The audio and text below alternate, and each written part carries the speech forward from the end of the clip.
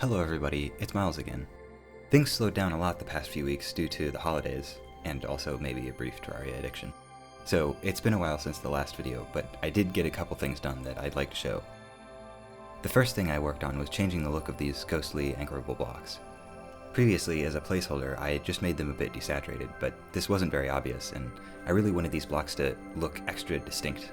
The feeling I had was, it's almost like they're a bit otherworldly, and when you anchor them into place, when you make that virtual connection into a real connection, it's like you're pulling the blocks out of whatever ghostly world they're inhabiting, and into your own plane of existence. So, based on that concept, I came up with this effect, where the blocks act as kind of a portal into an alternate space star-filled ether, and when you anchor the block, those stars burst out into the normal world and then fade away. Rendering this effect requires a decent amount of trickery, but it's actually not too complicated. First, when we load the level, we place star particles in a hemisphere around the bottom of each block. There's no need to place particles above the block. Since you're always looking down through the block from above, you would only ever see the ones below anyways. Then, when we go to render the level, first we render it normally, just like before, and then we re-render all of the ghostly blocks in a neutral base gray color, while simultaneously rendering into the stencil buffer, which essentially creates a mask that excludes everything on screen that isn't a ghost block. Then we draw the stars, also in grayscale. We actually use an additive blending mode, which makes it look a little bit more shiny and magical.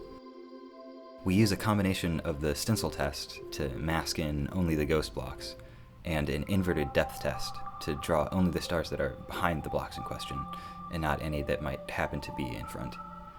And finally, we draw the ghost blocks again with their original colors, but this time using a multiply blend mode, which tints the blocks back to their original hues, while keeping all the details we just rendered intact.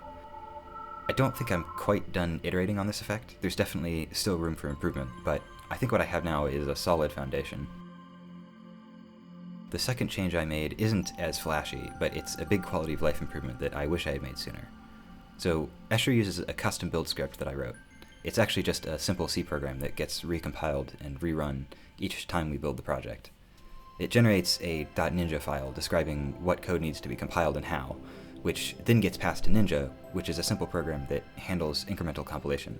That way we don't needlessly recompile files that haven't changed at all since the last time we ran the program. Previously, we did this by concatenating onto the end of a text file that contained the compiler options for various types of source files.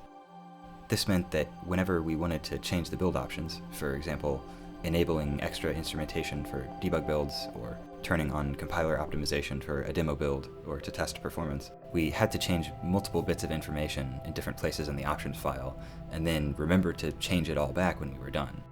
This was annoying me, so I removed the options file and changed the build program, so now it just takes a single command line option telling it which build configuration to use.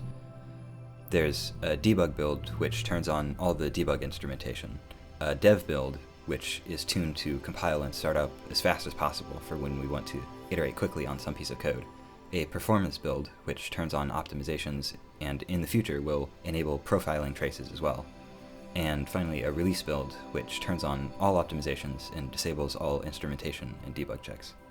And I can wire each configuration up to a hotkey in my editor, so I can get whatever build I need with just one key press. It's very convenient.